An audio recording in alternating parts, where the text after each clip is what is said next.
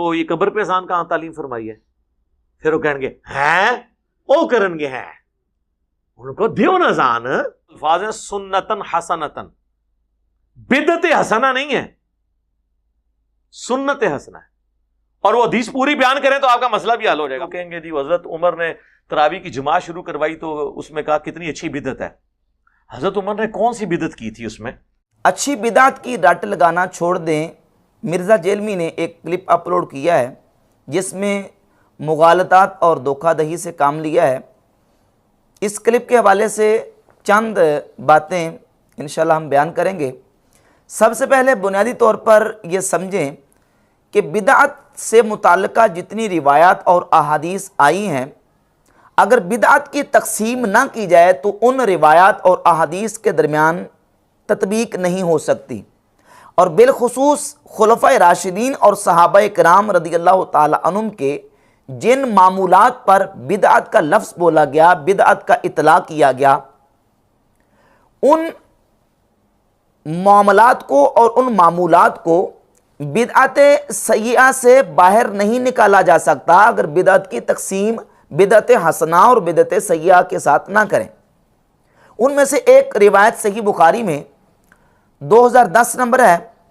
سیدنا عمر فاروق رضی اللہ تعالی عنہ نے اپنے دور خلافت میں صحابہ کرام رضی اللہ تعالی عنہم کو ایک قاری قرآن کے پیچھے نماز تراویح کے لیے جمع کیا، اور پھر مسلسل صحابہ کرام ایک قاری کے پیچھے نماز تراویح اکٹھے ہو کے پڑھنا شروع ہو گئے. تو حضرت عمر رضی اللہ تعالی عنہ نے دیکھا اور دیکھ کے فرمایا نعم البدعۃ ھذہ، یہ کتنی اچھی بدعت ہے. حضرت عمر رضی اللہ تعالی عنہ نے فعل مدح نعمہ کا استعمال کر کے بدعت کی مدح اور اس کی توصیف کی ہے. نعم البدعۃ ھذہ، یہ کتنی اچھی بدعت ہے، کتنی اچھی بدعت ہے. اب اس روایت کے اوپر مغالطہ دیتے ہوئے مرزا جیلمی کہتا ہے کہ دیکھیں جی حضرت عمر نے کون سی بدعت جاری کی تھی؟ حضرت عمر نے تو ایک سنت طریقہ ہی جو ہے اس کو رائج کیا تھا. حضرت عمر نے کون سی بدعت جاری کی تھی؟ تو اس کا جواب یہ ہے کہ یہ آپ کو زیادہ پتہ ہے کہ حضرت عمر کو زیادہ پتہ ہے؟ عربی گرامر تمہیں زیادہ آتی ہے یا عربی زبان حضرت عمر کو زیادہ آتی تھی؟ حضرت عمر رضی اللہ تعالیٰ عنہ کہہ رہے ہیں کہ نعم البدعۃ ھذہ. اگر حضرت عمر یہ سمجھتے ہوتے کہ یہ مسلسل سلسلہ ایسے سنت کے مطابق چلا آ رہا ہے تو وہ یہ کہہ سکتے تھے کہ نعم السنۃ ھذہ. اگر وہ سنت ہی تھا تو وہ کہتے یہ کتنی اچھی سنت ہے. جبکہ حضرت عمر نے کیا کہا؟ نعم البدعۃ ھذہ، یہ کتنی اچھی بدعت ہے. اگر وہ سنت ہوتا طریقہ مسلسل اسی طریقے سے جاری و ساری ہوتا تو حضرت عمر کہہ دیتے کہ نعم السنۃ ھذہ، جبکہ وہ فرما رہے کہ نعم البدعۃ ھذہ، یہ کتنی اچھی بدعت ہے. اور باقی رہ گئی بات یہ کہ حضرت عمر رضی اللہ تعالیٰ عنہ کا اس پر بدعت کا اطلاق کرنا اور پھر بدعت کو اچھی کہنا، یہ اس بات کی واضح دلیل ہے کہ بدعت کی تقسیم کرنی پڑے گی بدعت حسنہ کے ساتھ اور بدعت سیئہ کے ساتھ. اور اسی گفتگو میں مرزا جیلمی کہتا ہے کہ یہ بریلوی لوگ ہیں، یہ کہتے ہیں کہ جس کام سے منع نہیں کیا گیا وہ اچھا ہو تو اس کو کر لینا چاہیے. حالانکہ یہ بھی جو ہمارا موقف ہے وہ حدیث سے ثابت ہے، انشاءاللہ اس پر میں بات کرتا ہوں. تو اچھا کر لینا چاہیے، تو پھر آپ نماز عید کے لیے اذان کیوں نہیں دلواتے؟ نماز عید کے لیے اذان بھی دلوایا کریں. اذان اچھا عمل ہے، نیک عمل ہے، تو عید کے لیے اذان بھی دلوایا کریں. اس کا جواب میں پیش کرتا ہوں. پہلے یہ بات سمجھیں کہ اچھا عمل جو ہے اس کو کر لینا چاہیے اگر اس سے منع نہیں کیا گیا. یہ جو ہمارا دعویٰ ہے یہ کہاں سے ثابت ہے؟ یہ بھی صحیح بخاری سے ثابت ہے. صحیح بخاری میں 4986 نمبر حدیث ہے. حضرت سیدنا ابو بکر صدیق رضی اللہ تعالیٰ عنہ کے دور خلافت میں جب قرآن کے قاری اور حافظ صحابہ کرام رضی اللہ تعالیٰ عنہم شہید ہوتے جا رہے تھے تو حضرت عمر نے حضرت ابو بکر صدیق رضی اللہ تعالیٰ عنہ کو مشورہ دیا، اور حضرت عمر رضی اللہ تعالیٰ عنہ نے کہا کہ انی ارا ان تأمرا بجمع القرآن، میرا خیال یہ کہ آپ قرآن کو جمع کرنے کا حکم دے دیں، آرڈر جاری کر دیں. تو حضرت ابو بکر صدیق نے کیا کہا؟ آپ نے کہا کیف تفعل شیئا لم یفعلہ رسول اللہ صلی اللہ علیہ وآلہ وسلم، اے عمر تم وہ کام کیسے کرو گے جو کام رسول اللہ صلی اللہ علیہ وآلہ وسلم نے نہیں کیا؟ تو حضرت عمر نے فوراً جواب دیا ھذا واللہ خیر، اے ابو بکر اللہ کی قسم یہ کام ہے اچھا. تو تو حضرت عمر نے جب کہا کہ اللہ کی قسم یہ کام اچھا ہے، صدیق اکبر کہتے ہیں کہ لم یزل عمر یراجعنی حتی شرح اللہ صدری لذالک، عمر مجھے کہتے رہے حتیٰ کہ اس کے لیے، ان کی بات کے لیے اللہ نے میرے سینے کو کھول دیا، اور میں بھی اس بات پر متفق ہو گیا کہ یہ کام اللہ کے رسول صلی اللہ علیہ وسلم نے کیا نہیں ہے، کرنے کا حکم نہیں دیا، لیکن چونکہ کام اچھا ہے تو اس کو کر لینا چاہیے۔ پھر حضرت ابوبکر صدیق نے حضرت زید رضی اللہ تعالیٰ عنہ سے کہا کہ آپ قرآن پاک کو جمع کریں، انہوں نے بھی یہی کہا کہ کیف تفعلون شیئا لم یفعلہ رسول اللہ صلی اللہ علیہ وسلم، اے ابو بکر عمر تم وہ کام کیسے کرو گے جو کام رسول اللہ صلی اللہ علیہ وآلہ وسلم نے نہیں کیا؟ تو صدیق اکبر نے ان کو یہی جواب دیا کہ یہ کام حضور نے نہیں کیا، کرنے کا حکم نہیں دیا، لیکن یہ کام اچھا ہے، کر لینا چاہیے۔ تو لہذا صحابہ اکرام اس بات پر متفق ہو گئے کہ کوئی کام اگر نبی کریم علیہ الصلوۃ والسلام نے نہ بھی کیا ہو، حضور نے کرنے کا حکم نہ بھی دیا ہو، لیکن وہ خیر والا ہو، بہتر ہو، بلائی والا ہو، تو اس کو کرنے پر صحابہ اکرام کا اتفاق ہو گیا کہ اس کام کو کر لینا چاہیے۔ اب رہ گئی بات کہ عید کے لیے اذان کیوں نہیں دلوائی جاتی؟ اگر یہ منع ہے، اگر یہ نیکی کا کام ہے تو اس کو کرنا چاہیے، تو ہم کہتے ہیں کہ یہ اس لیے ہم نہیں دلواتے کہ یہ منع ہے، یہ منع ہے۔ اب منع جو ہے اس کے لیے بھی عقل کی ضرورت ہے اس کو سمجھنے کی کہ کسی چیز کی ممانعت جو ہے وہ کس طریقے سے ثابت کی جاتی ہے۔ یہ سمجھیں کہ کبھی ممانعت جو ہے وہ ثابت ہوتی ہے صراحتاً، کبھی اشارتاً، کبھی تصریحاً، کبھی تلویحاً، یہ بھی ایک ممانعت کا طریقہ ہے۔ کبھی ممانعت واضح صاف لفظوں میں صراحتاً ثابت ہوتی ہے، اور کبھی اشارتاً کسی چیز کی ممانعت ثابت ہوتی ہے۔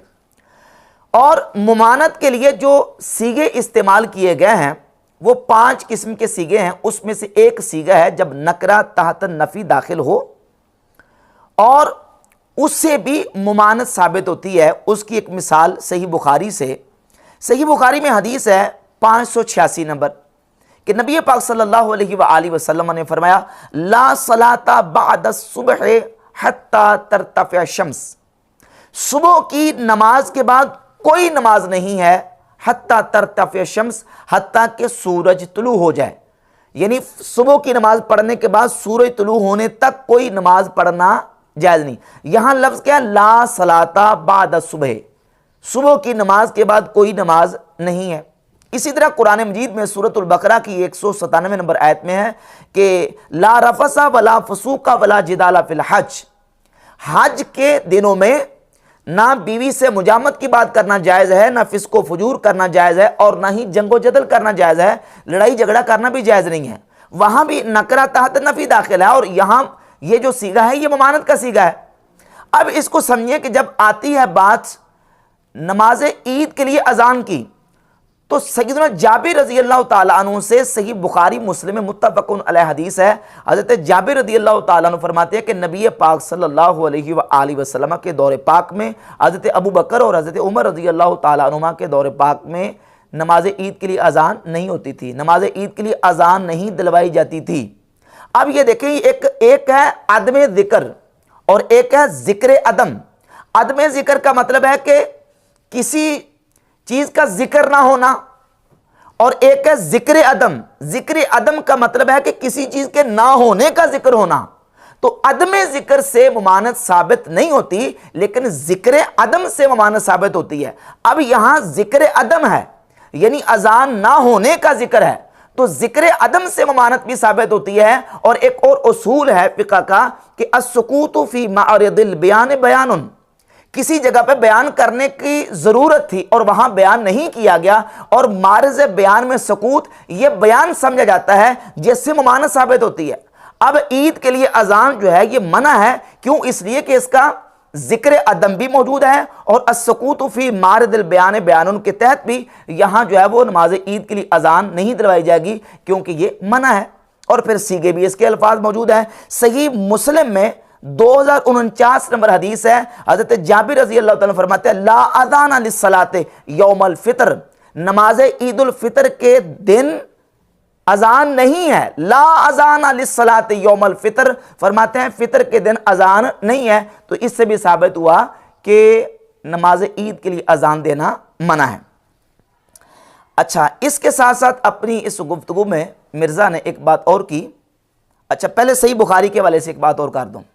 صحیح بخاری میں سیدنا عبداللہ ابن عمر رضی اللہ تعالیٰ عنہ سے ایک روایت 1775 نمبر حدیث موجود ہے. جب ان سے نماز چاشت کے بارے میں پوچھا گیا، صلاۃ الضحیٰ کے بارے میں، کہ صلاۃ الضحیٰ نماز چاشت یہ پڑھنا جائز ہے کہ نہیں، تو آپ نے فرمایا کہ بدعتن.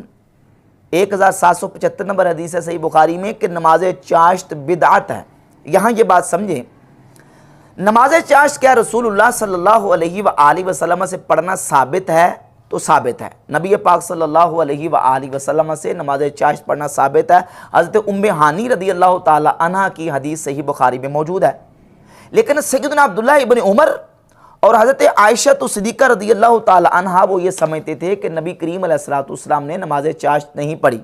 صحیح بخاری میں سیدہ عائشہ صدیقہ رضی اللہ تعالیٰ عنہ سے حدیث ہے 1177، رسول اللہ صلی اللہ علیہ وسلم نے نماز چاشت نہیں پڑھی. وَإِنِّي لَأُسَبِّحُهَا، لیکن میں پڑھتی ہوں. حضور نے نہیں پڑھی، میں نے حضور کو پڑھتے نہیں دیکھا، لیکن میں پڑھتی ہوں. یہ حضرت عائشہ صدیقہ رضی اللہ تعالیٰ عنہ کا موقف ہے نماز چاشت کے بارے میں. اور جب حضرت عبداللہ بن عمر سے پوچھا گیا، 1775 نمبر حدیث ہے، وہ کہتے ہیں بدعتن، یہ بدعت ہے. اب سوال یہ پیدا ہوتا ہے کہ یہ بدعت ہے تو کون سی بدعت ہے؟ حضرت عبداللہ بن عمر اس کو بدعت قرار دیتے ہیں، تو یہ کون سی بدعت ہے؟ امام ابن حجر اسقلانی نے فتح الباری شرح صحیح بخاری میں جلد نمبر 3 کے صفحہ نمبر 67 پر روایت نمبر 1176 کے تحت 2 حدیثیں صحیح سند کے ساتھ ذکر کی ہیں. لکھتے ہیں کہ عبداللہ بن عمر رضی اللہ تعالیٰ کے بارے میں لکھتے ہیں وَقَدْ جَاءَ عَنْهُ الْجَزْمُ بِقَوْنِهَا مُحْدَثَةً. عبداللہ بن عمر کے بارے میں جزمن یہ بات آئی ہے کہ وہ نماز چاشت کو محدثہ یعنی نئی ایک پیدا کردہ چیز سمجھتے تھے، اس کو بدعت سمجھتے تھے. فروا سعید بن منصور بِإِسْنَادٍ صحیح عن مجاہد عن ابن عمر انہ قال، مجاہد نے عبداللہ بن عمر رضی اللہ تعالیٰ عنہ سے روایت کی اور اس کو امام سعید بن منصور نے صحیح سند کے ساتھ ذکر کیا کہ وہ کہتے ہیں انہا محدثۃ، نماز چاشت محدث ہے یعنی نہیں پیدا کردہ ہے. وَإِنَّهَا لَمِنْ أَحْسَنِ مَا أَحْدَثُوا، اور لوگوں نے جو نئے کام کیے ہیں ان میں سے یہ بہترین نیا کام ہے جو لوگوں نے جاری کیا ہے.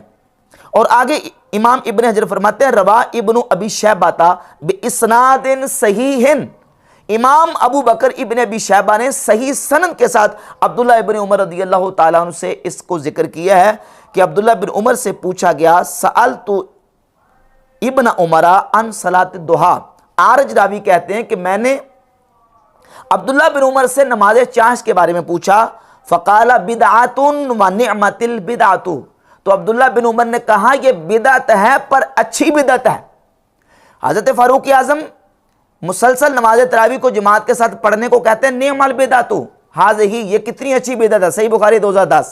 اور عبداللہ بن عمر کہتے ہیں نماز چاشت اس کے بارے میں کہتے ہیں بدعۃ ونعمت البدعۃ، یہ بدعت ہے پر اچھی بدعت ہے. یہ عبداللہ بن عمر رضی اللہ تعالیٰ کا موقف امام ابن حجر نے امام ابو بکر ابن ابی شیبہ کی کتاب المصنف لابن ابی شیبہ سے ذکر کر دیا. تو اب صحابہ کرام رضی اللہ تعالیٰ عنہم نے مختلف معمولات پر بدعت کا اطلاق کیا. سوال یہ ہے پھر صرف بدعت کا اطلاق نہیں کیا بلکہ نعم البدعت کا، اچھی بدعت کا اطلاق کیا. اس کے ساتھ ایک اور مثال جو کہ صحیح بخاری میں موجود ہے کہ سیدنا عثمان غنی رضی اللہ تعالی عنہ کا دور خلافت آیا تو حضرت عثمان غنی رضی اللہ تعالی عنہ نے اپنے دور خلافت میں جمعے کی ایک دوسری اذان شروع کروائی. صحیح بخاری میں 915 نمبر حدیث ہے.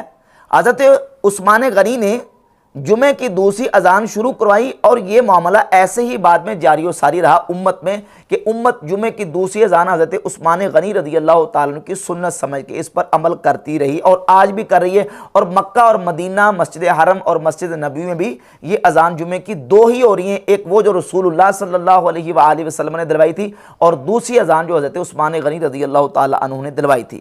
صحیح بخاری میں 915 نمبر حدیث اور 913 916 مختلف احادیث موجود ہیں. اب اس اذان جو ہے جو حضرت عثمان غنی دلائی ہے دوسری اذان، دوسری زمانے کے اعتبار سے اور پہلی ہے ترتیب کے اعتبار سے. ترتیب کے اعتبار سے پہلی یعنی یہ جو 12:30 بجے اذان ہوتی ہے یہ اذان حضرت عثمان غنی رضی اللہ تعالی عنہ نے دلوائی تھی. اس اذان کے بارے میں تبصرہ کرتے ہوئے سیدنا عبداللہ ابن عمر رضی اللہ تعالیٰ عنہ نے جو کلمات فرمائے ہیں وہ دیکھیں، یہ المصنف لابن ابی شیبہ، یہ میرے پاس جو نسخہ ہے اس کی جلد نمبر 4 صفحہ 132 اور حدیث کا نمبر ہے 5479۔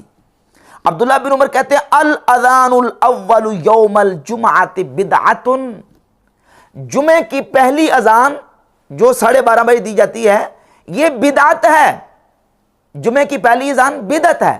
حضرت عبداللہ بن عمر رضی اللہ تعالیٰ عنہ عثمان غنی کی دلوائی ہوئی اس دوسری اذان کو بدعت قرار دے رہے ہیں۔ تو اب سوال یہ پیدا ہوتا ہے کہ یہ کون سی بدعت ہے؟ اگر کوئی کہے کہ یہ بدعت دالہ ہے تو اس سے کیا ثابت ہوگا کہ حضرت عثمان غنی نعوذ باللہ بدعت دالہ کے ایجاد کرنے والے تھے، بدعت دالہ اور گمراہ اور جہنم میں جانے والا کام کرنے والے تھے نعوذ باللہ تعالیٰ؟ تو اس سے مراد یہی ہے کہ حضرت عثمان غنی نے جو دوسری اذان دلوائی ہے، حضرت عبداللہ بن عمر نے اس کو بدعت کہا ہے تو وہ نعم البدع میں شامل ہے، بدعت دلالہ میں شامل نہیں ہے۔ اسی طریقے سے نماز چاشت کو اگر حضرت عبداللہ بن عمر نے بدعت کہا ہے تو وہ بھی کہا نعمت البدع، تو وہ اچھی بدعت ہے۔ اب حضرت عمر فاروق رضی اللہ تعالیٰ عنہ نے نماز تراویح مسلسل پورا مہینہ جماعت کے ساتھ ادا کرنے کو ایک قاری کے پیچھے جو اگر نعم البدع تو حاضر کہا ہے تو وہ بھی کون سی ہے؟ اچھی بدعت۔ تو لا محالہ بدعت کی تقسیم کرنی پڑے گی، بدعت حسنہ اور بدعت سیئہ۔ اگر یہی رٹ لگائے رکھیں کہ بدعت کی کوئی تقسیم نہیں، اور پھر یہ بار بار یہ مرزا جیلمی جو ہے یہ ڈالتا ہے بریلویوں کے اوپر، بریلویوں کو بریلوی یہ کہتے ہیں، حالانکہ صحابہ کرام نے ان الفاظ کا اطلاق کیا، تابعین، تبع تابعین، ائمہ محدثین نے بھی ان روایات کو جمع تطبیق دے کے یہی فیصلہ اور نتیجہ نکالا ہے کہ بدعت کی دو قسمیں ہیں۔ حضرت امام شافعی رحمۃ اللہ کا جو قول ہے وہ حدیث کی اور شروحات کی بہت ساری کتابوں میں موجود ہے کہ حضرت امام شافعی رحمۃ اللہ فرماتے ہیں کہ بدعت کی دو قسمیں ہیں۔ اس کو نقل کیا ہے امام ابن حجر اسقلانی نے فتح الباری شرح صحیح بخاری کی جلد نمبر 13 صفحہ نمبر 253 پر، سیر اعلام نبلا جلد نمبر 8 صفحہ نمبر 266 پر امام شافعی فرماتے ہیں بدعت کی دو قسمیں، ایک بدعت حسنہ اور ایک بدعت سیئہ۔ دیگر محدثین کے حوالہ جات موجود ہیں۔ سردست ہم صرف حدیث کے حوالے سے بات کریں گے کہ صحابہ کرام رضی اللہ تعالیٰ عنہم نے مختلف معمولات پر بدعت کا اطلاق کیا اور اس پر بدعت کا لفظ بولا ہے۔ تو جہاں صحابہ کرام اور خلفائے راشدین کے معمولات پر اور اعمال پر بدعت کا اطلاق کیا گیا تو وہاں بدعت حسنہ مراد ہے، بدعت سیئہ مراد نہیں ہے۔ اچھا، ایک یہاں بات یہ بھی کرتے ہیں جی صحابہ کرام کے جو معمولات ہیں نا تو وہ معمولات سنت کی کیٹیگری میں آ جائیں گے، سنت میں داخل ہو جائیں گے، وہ بدعت نہیں ٹھہریں گے۔ پہلی بات تو یہ کہ صحابہ کرام خود اس پر بدعت کا اطلاق کر رہے ہیں، اور دوسری بات یہ ہے کہ کیا صحابہ کرام کو بدعتیں ایجاد کرنے کی اجازت تھی؟ من احدث فی امرنا ھذا ما لیس منہ فہو رد، اس میں تو من عموم کے لیے ہے، صدیق اکبر سے لے کر قیامت تک آخری مسلمان مومن تک کے لیے حکم ہے کہ من احدث فی امرنا ھذا ما لیس منہ فہو رد، تمام صحابہ کے لیے ہے کہ جس نے ہمارے اس دین میں کوئی ایسا کام ایجاد کیا، کوئی ایسا کام نکالا جو اس دین میں نہیں ہے، یعنی اس دین کے خلاف ہے، اس دین اور شریعت اور قرآن و حدیث کے خلاف جاتا ہے تو وہ مردود ہے۔ اس میں تو سارے لوگوں کے لیے حکم نبی کریم علیہ الصلوۃ والسلام نے بیان کر دیا۔ کیا صحابہ کرام اگر کوئی بدعت کا طریقہ ایجاد کریں گے تو وہ جائز ہوگا یا ان کو بدعت طریقہ کرنے کی اجازت تھی؟ ہرگز نہیں۔ جہاں صحابہ کرام نے کسی لفظ پر، کسی کام پر بدعت کا اطلاق کیا ہے تو اس سے مراد بدعت حسنہ ہے، بدعت سیئہ مراد نہیں ہے۔ اچھا، اس کے علاوہ رہ گئی بات صحیح مسلم کی 2351 نمبر حدیث کی، جس کو بار بار مرزا نے کئی اپنے اور بیانات میں بھی ڈسکس کیا اور کہتا ہے یہ جو پوری حدیث نہیں بیان کرتے، آدھی حدیث بیان کرتے ہیں، اور وہ 2351 نمبر صحیح مسلم کی حدیث یہ ہے کہ نبی پاک صلی اللہ علیہ وآلہ وسلم نے صحابہ کرام رضی اللہ تعالی عنہم کو ایک موقع پر صدقہ کرنے کی ترغیب ارشاد فرمائی۔ تو ایک شخص نبی پاک صلی اللہ علیہ وآلہ وسلم کی بارگاہ اقدس میں صدقے کا مال لے کر آئے، اور بہت زیادہ صدقے کا مال حضور علیہ الصلوۃ والسلام کی بارگاہ میں اس صحابی نے پیش کیا اور پہل کی لانے میں۔ تو نبی پاک صلی اللہ علیہ وآلہ وسلم نے اس موقع پر ارشاد فرمایا، من سن فی الاسلام سنتا حسنتا فلہ اجرہا واجر من عمل بها من غیر ان ینقص من اجورہم شیء، جس نے اسلام میں کسی اچھے طریقے کو ایجاد کیا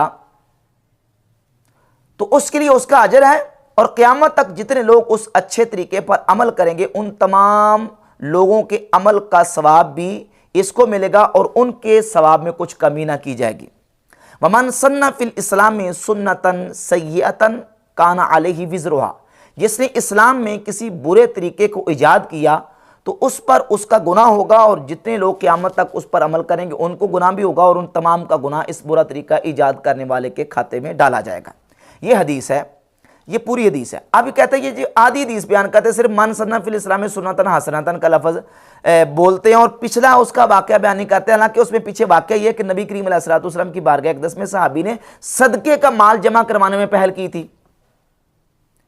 تو لہٰذا وہاں کسی صحابی نے کوئی جو نا وہ بدعت طریقہ ایجاد نہیں کیا تھا، اچھی بدعت ایجاد نہیں کی تھی۔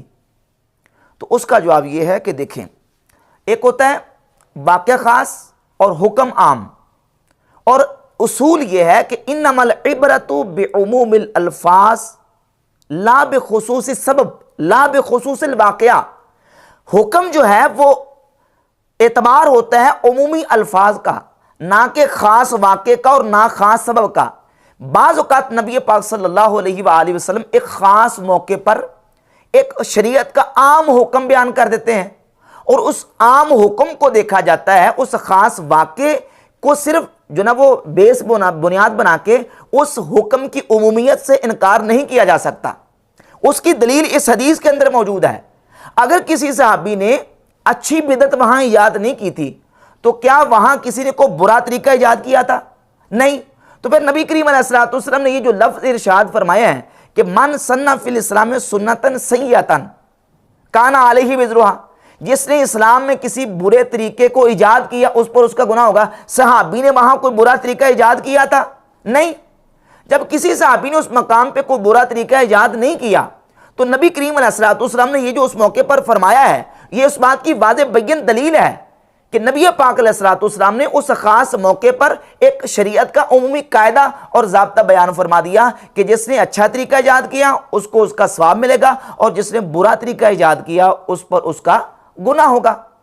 اور یہاں یہ بات بھی یاد رہے کہ یہاں جو لفظ ہے وہ ہے سنہ، من سنہ فی الاسلام سنتن حسنتن، اور یہ جو سنہ یا سنو ہے اس کا معنی لغت عرب اور صحیح بخاری مسلم کی احادیث طیبات کے مطابق سمجھنے کی ضرورت ہے۔ سنہ بمعنی اوجدہ، احدثا اور ابتدا، یعنی سنہ کا معنی ہے جس نے کسی کام کو پیدا کیا، جس نے کسی کام کو ایجاد کیا، اور جس نے کسی کام کی ابتدا کی۔ سنہ ابتدا کرنے کے، ایجاد کرنے کے اور پیدا کرنے کے معنی میں آتا ہے۔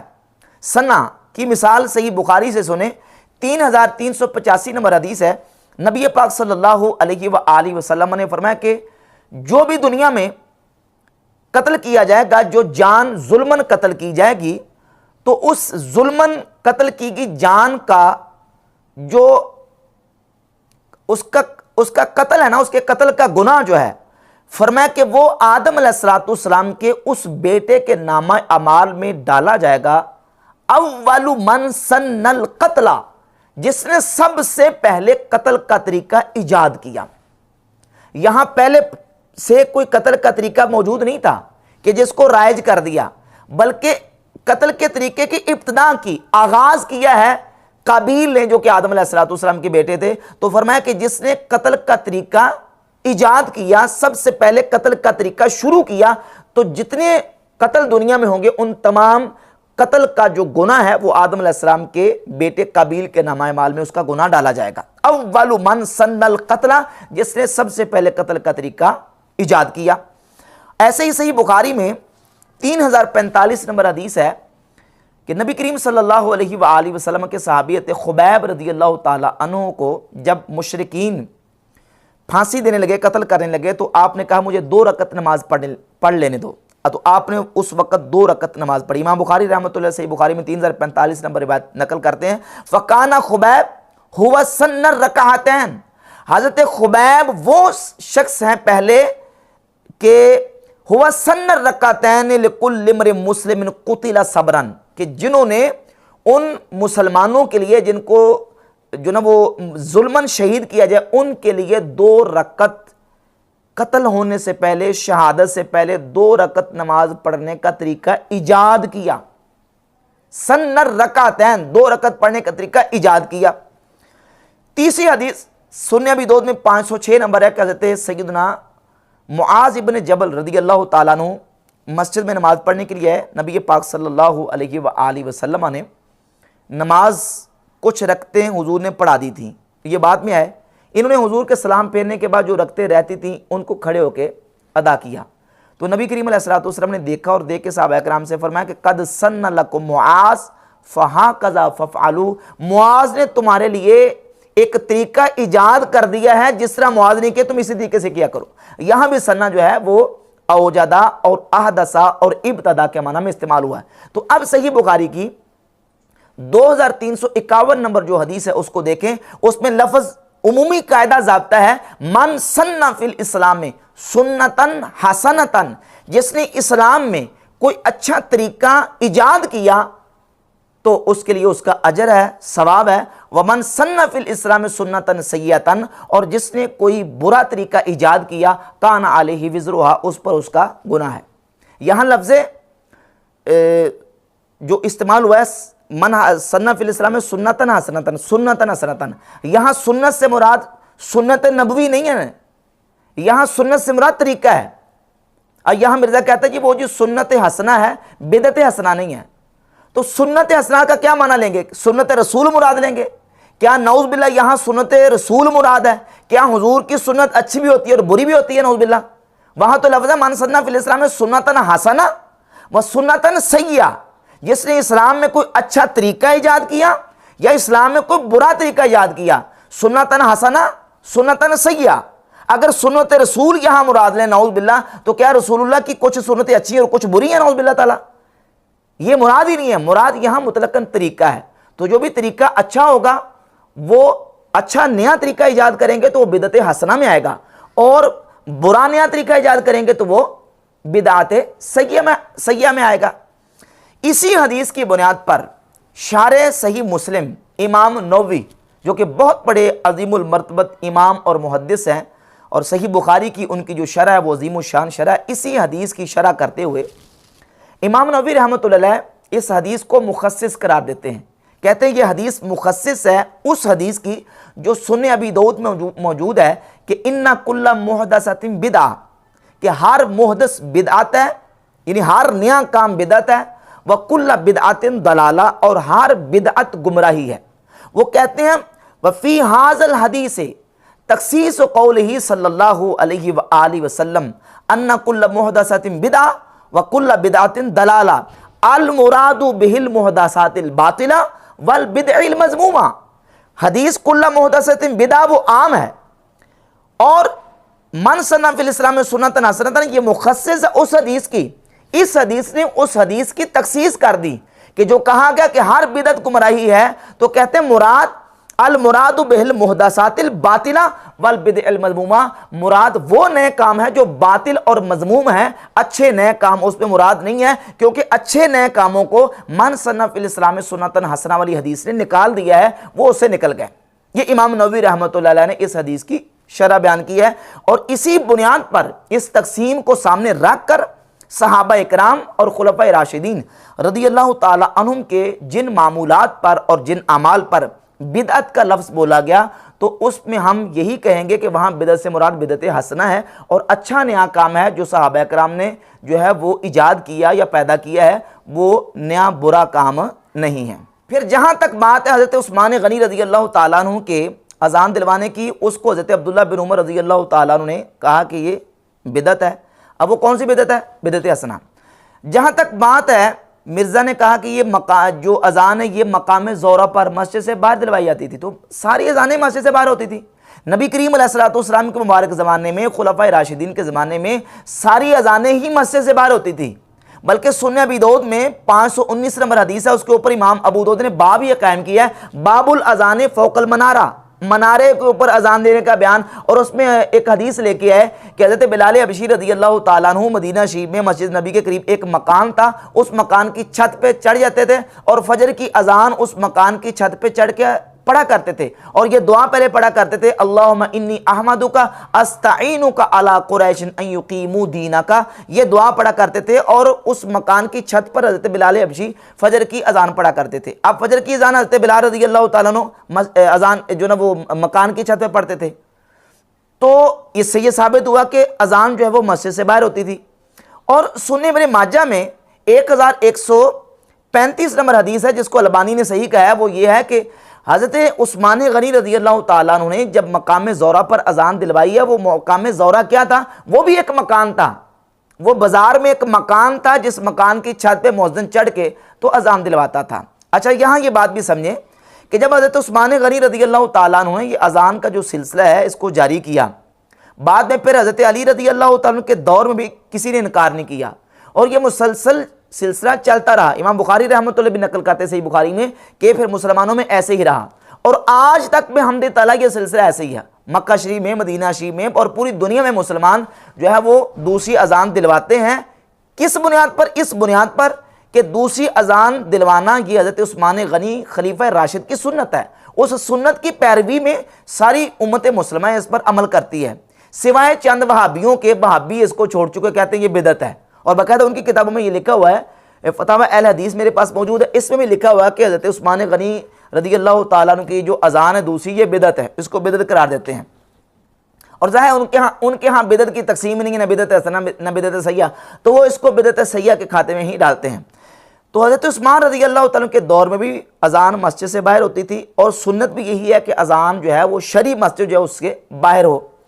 اور اس سے آگے جو بات ہے وہ یہ ہے کہ جہاں تک بات ہے حضرت عثمان رضی اللہ تعالیٰ عنہ کے اس اذان کو شروع کروانے کے سبب کی، تو یہ یاد رکھیں کہ بعض اوقات جس سبب سے کسی کام کو شروع کروایا جاتا ہے، اگرچہ وہ سبب باقی نہ بھی رہے، تو تب بھی جب ہمارے لیے ایک سنت قائم ہوگی تو ہم اس سنت کی پیروی کریں گے، چاہے اس کی سبب اور وجہ باقی نہ رہے۔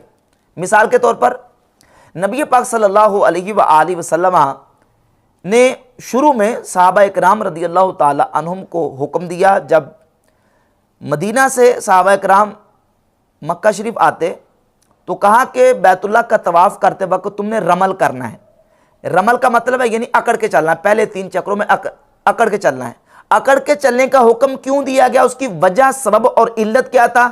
وہ یہ تھا کہ مشرکین مکہ یہ سمجھتے تھے کہ مدینہ والے بیمار اور کمزور ہوتے ہیں، وہ جو وہاں سے لوگ آتے ہیں وہ بڑے کمزور اور بیمار ہوتے ہیں، تو ان لوگوں کو دکھانے کے لیے اور یہ بات بالکل واضح کرنے کے لیے کہ مدینہ شریف سے آنے والے لوگ ماڑے اور کمزور نہیں ہیں، بلکہ وہ ان کو حکم دیا گیا کہ تم نے پہلوانوں کی طرح عمل کرنا ہے۔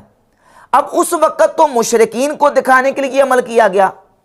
آج اگر مسلمان یہ عمل رمل والا کرتے ہیں تو کیا اس وجہ سے کرتے ہیں؟ وجہ تو ختم ہو چکی ہے، وجہ جاتی رہی ہے، لیکن چونکہ یہ ایک عمل جو ہے وہ سنت قرار پایا، تو اگرچہ اس کی وجہ ختم ہو گئی ہے، وہ سنت اسی طریقے سے کنٹینیو باقی رہے گی۔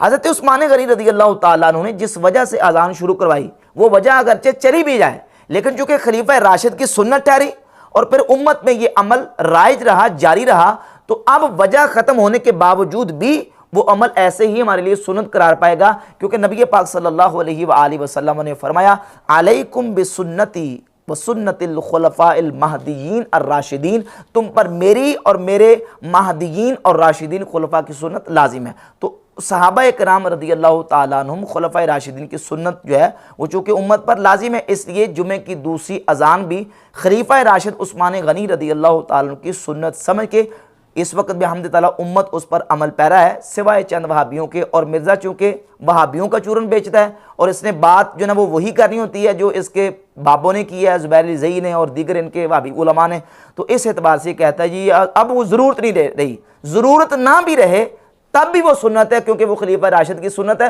اور خلیفہ راشد کی سنت امت پر لازم ہے۔